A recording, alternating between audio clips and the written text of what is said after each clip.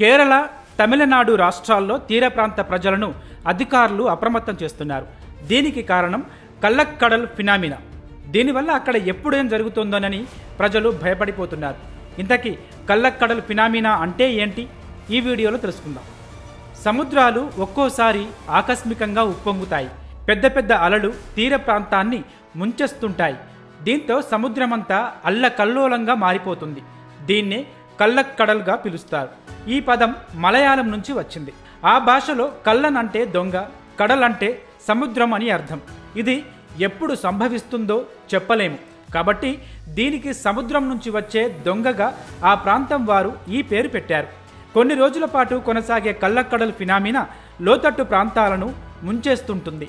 హిందూ మహాసముద్ర దక్షిణ భాగంలో ఎలాంటి నిర్దిష్ట సూచనలు లేకుండా అకస్మాత్తుగా సంభవించే బలమైన గాలుల వల్ల కేరళ, తమిళనాడు తీరంలో సముద్రం ఉప్పొంగుతుంది.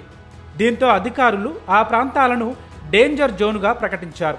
తీర ప్రాంతాల వారు సురక్షితమైన చోటుకు వెళ్లాలని Indian national centre for ocean information services అధికారులు సూచించారు.